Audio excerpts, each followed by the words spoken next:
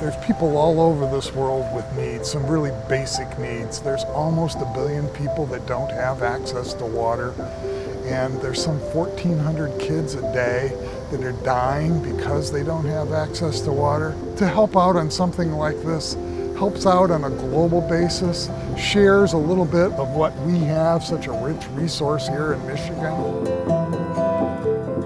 Engineers Without Borders, or EWB, is a national nonprofit organization. The Detroit chapter of Engineers Without Borders looks to use our technical expertise in engineering and other fields to solve problems both in Southeast Michigan and around the world.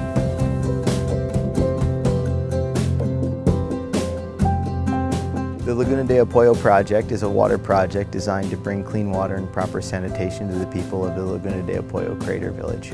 The village is actually wrapping around the edge of a lake that's inside a volcanic crater, and this crater is situated in the southwest of Nicaragua.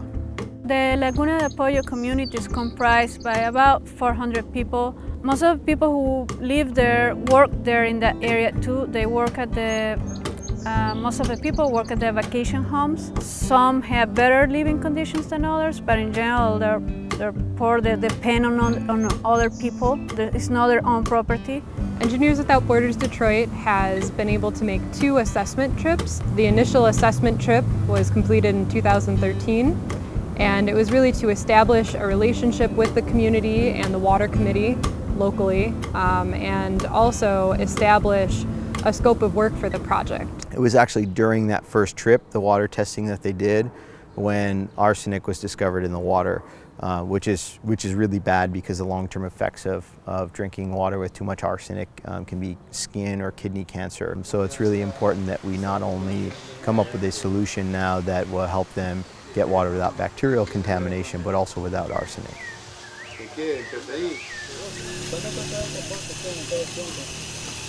Not only did we find arsenic, but we found a lot of bacterial contamination.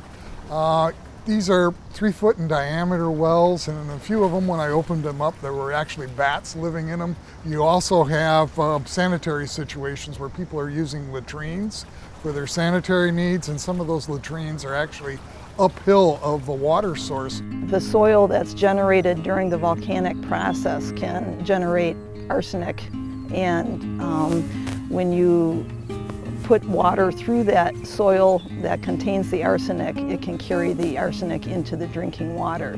We're hoping that we can meet the community's needs in providing a clean drinking water source, which I believe that we can with installing a drinking water well. We make sure when we're done that the community knows how to maintain the system. We also help them set up water boards or some sort of commission so that they can oversee the use of the water system, make sure it's running, and then we'll be checking in with them for the next couple of years after. The risks of drinking their water aren't immediately noticeable. They don't drink water and feel sick.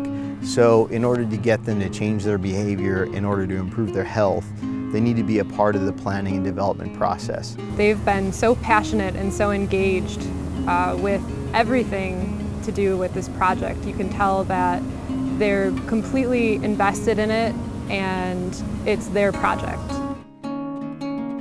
If you are someone who cares about poverty, health, or education, then you should also care about water and sanitation. Solving water problems not only saves lives, but helps improve school attendance and gives adults the opportunity to provide better lives for their family.